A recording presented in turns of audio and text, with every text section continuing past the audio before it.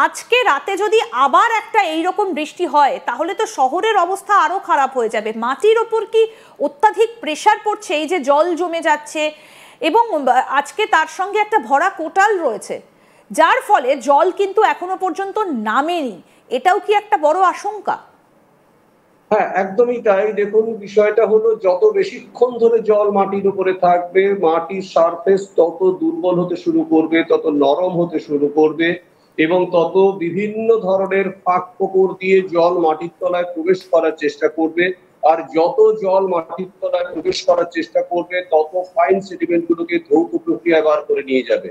এবং কলকাতা শহরের এই মুহূর্তে যে ড্রেনেজ কন্ডিশন, কলকাতা শহরে যে ধরনের পরিকল্পনা, তাতে কিন্তু এই জলকে ট্যাকল করার ক্যাপাসিটি ন্যাচারালি কলকাতা শহরের নেই।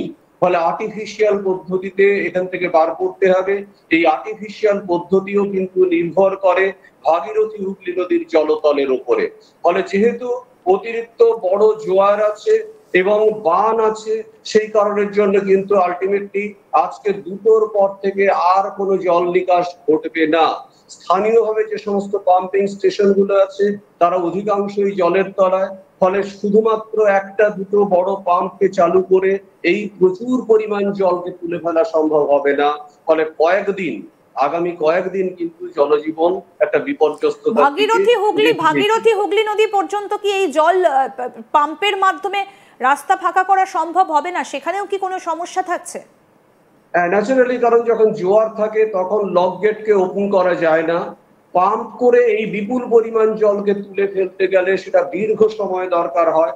ফলে লক গেট খোলা যেতে পারলে সেটাকে নামিয়ে দেওয়া যায়। কিন্তু কলকাতা, আপনারা জানেন, ডিগ্রেডিং সিটি। বেশ কিছু লক গেট কলকাতা শহরে অটোমেটিক্যালি ভাগীরথী হুগলি নদীর ওয়াটার লেভেলের নিচে অবস্থান করে, যে লক গেট গুলোকে কখনোই খোলা যায় না। আর যে সমস্ত লক গেট গুলোকে এখন খুলে জল বার করা হয় সেগুলোকে জোয়ারের সময় খোলা যায় না, যার ফলে আলটিমেটলি কিন্তু এই ওয়াটার লক সিচুয়েশন।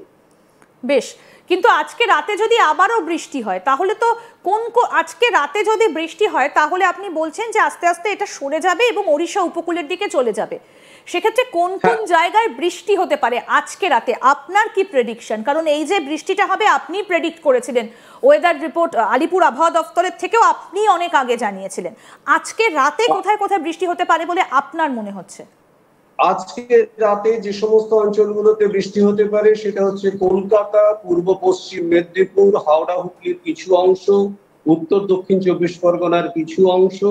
এরপর পশ্চিমবঙ্গের পশ্চিম প্রান্তের প্রায় সমস্ত জেলাগুলোতে, সেখান থেকে ধীরে ধীরে ধীরে ধীরে এটা কিন্তু স্থানান্তরিত হয়ে যাবে ওড়িশার দিকে। ফলে আগামীকাল এই বৃষ্টির পরিমাণটা কত? মানে আজকে রাতেও কি সেই গতকাল রাতের মতো সেই মেঘ ভাঙা বৃষ্টি আমরা দেখবো, না কিছুটা কমবে তীব্রতা? আজকে আর গতকালকের মতো এত ভারী বৃষ্টি পাবেন না। তার কারণ হচ্ছে আজকে সারাদিন আপনারা খেয়াল করে দেখুন, টেম্পারেচার কিন্তু অনেকটা কমেছে। এই টেম্পারেচার কমে যাওয়ার অর্থ হচ্ছে ইভাপোরেশন কম্পারেটিভলি কম হয়েছে, যার ফলে যতটা পরিমাণে জলীয় বাষ্প সাপ্লাই থাকলে এরকম ভারী মেঘাচ্ছন্নতা বা ভারী বৃষ্টিপাতের সম্ভাবনা থাকে, সেই ব্যাপারটা কিন্তু কম্পারেটিভলি কমেছে। যে কারণের জন্য বৃষ্টি থাকবে কিন্তু বৃষ্টিপাতের এত প্রাবল্য থাকবে না। এবং শুধু তাই নয়, বৃষ্টিপাতের সাথে সাথে আলটিমেটলি বজ্র বিদ্যুতের একটা সম্ভাবনা কিন্তু সেটা থেকে যাচ্ছে, সেটাকে উড়িয়ে দেওয়া যাচ্ছে না।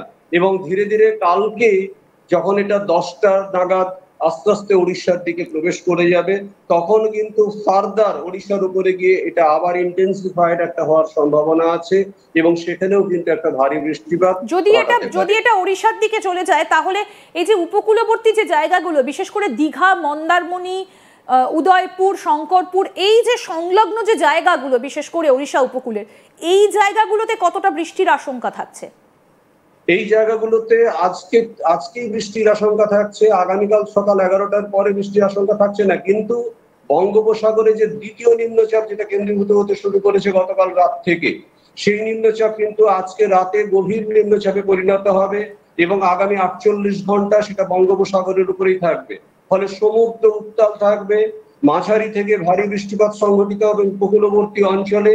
সেটা মূলত আমাদের ওয়েস্ট বেঙ্গলের কোস্ট এবং ওড়িশা কোস্টাল রিজিয়নে, এবং তারপর ধীরে ধীরে কিন্তু ওই নিম্নচাপ চিল্কা লেক রিজিয়ন বা চিলিকা অঞ্চলের দিকে স্থানান্তরিত হয়ে যাবে।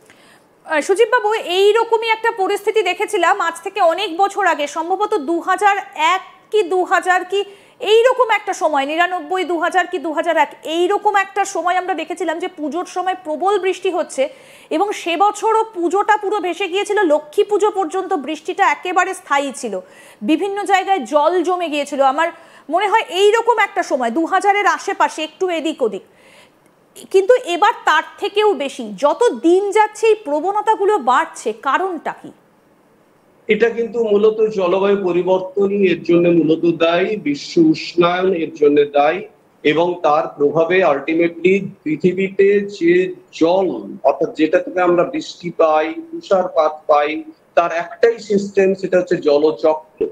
যখনই জলবায়ু পরিবর্তন হতে শুরু করে, তাপমাত্রা বাড়তে শুরু করে বায়ুমণ্ডলের, তখন জলচক্র অতি সক্রিয়তা লাভ করে, এবং সেই অতিরিক্ত সক্রিয়তার দ্বারা আলটিমেটলি কিন্তু পৃথিবীর কোনো কোনো অঞ্চলে তার এরকম তীব্র বৃষ্টিপাত ঘটায়, এবং তার প্রভাবে ধীরে ধীরে সমুদ্রের উচ্চতাকে আরো তারা বাড়িয়ে তুলতে সাহায্য করে, এবং তার ফলে উপকূলবর্তী অঞ্চলগুলো জলের মধ্যে হয়ে পড়ে, ডুবে যায়, এবং কোনো কোনো অঞ্চলে আরো বেশি ক্ষতিগ্রস্ত হয়। ফলে যে সিচুয়েশন অলরেডি স্টার্ট হয়ে গেছে, আমরা অলরেডি আগে আপনাদের চ্যানেলেও বলেছিলাম যে সুন্দরবন সবচেয়ে আগে হারিয়ে যাওয়ার একটা সম্ভাবনা, এখন কিন্তু সেই জায়গাটাকে আরো দ্রুত গতিতে উস্কে দিল।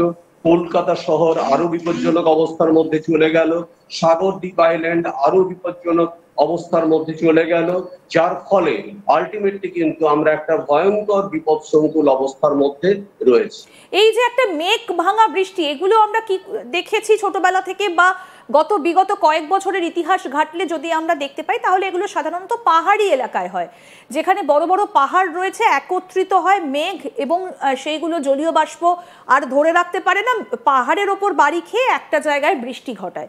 কিন্তু এত পরিমাণ মেঘ কলকাতার মতো একটা জায়গা, একটা সমতল এলাকা, সেখানে ঘনীভূত হচ্ছে, এর কারণটা কি? এখানে তো কোনো বড় উঁচু পাহাড় নেই যে সেখানে গিয়ে ধাক্কা খাবে, এটা তো সমতল। এখানকার তো ওয়েদার পাহাড়ের মতো নয় যে পাহাড়ের ওপরে বরফ জমে রয়েছে, সেখানে প্রচন্ড ঠান্ডা, সেই ঠান্ডায় মেঘ ভেঙে পড়ছে। না, আসলে বিষয়টা হচ্ছে পাহাড়েই যে শুধুমাত্র মেঘভাগা বৃষ্টি হবে তা কিন্তু নয়। মেঘভাগা বৃষ্টি যে কোনো জায়গাতে হতে পারে, সমতল ভূমিতেও হতে পারে, এবং অতীতে বিভিন্ন সমভূমি অঞ্চলগুলোতে কিন্তু মেঘভাগা বৃষ্টি সংঘটিত হয়েছে। কালকের বৃষ্টিটাকে যদিও আমরা মেঘভাগা বৃষ্টি বলতে পারবো না, কিন্তু একটা জিনিস পরিষ্কার, সেটা হচ্ছে এখানে যে পরিমাণ বৃষ্টিপাত হয়েছে সেটা ভীষণভাবে আনএক্সপেক্টেড।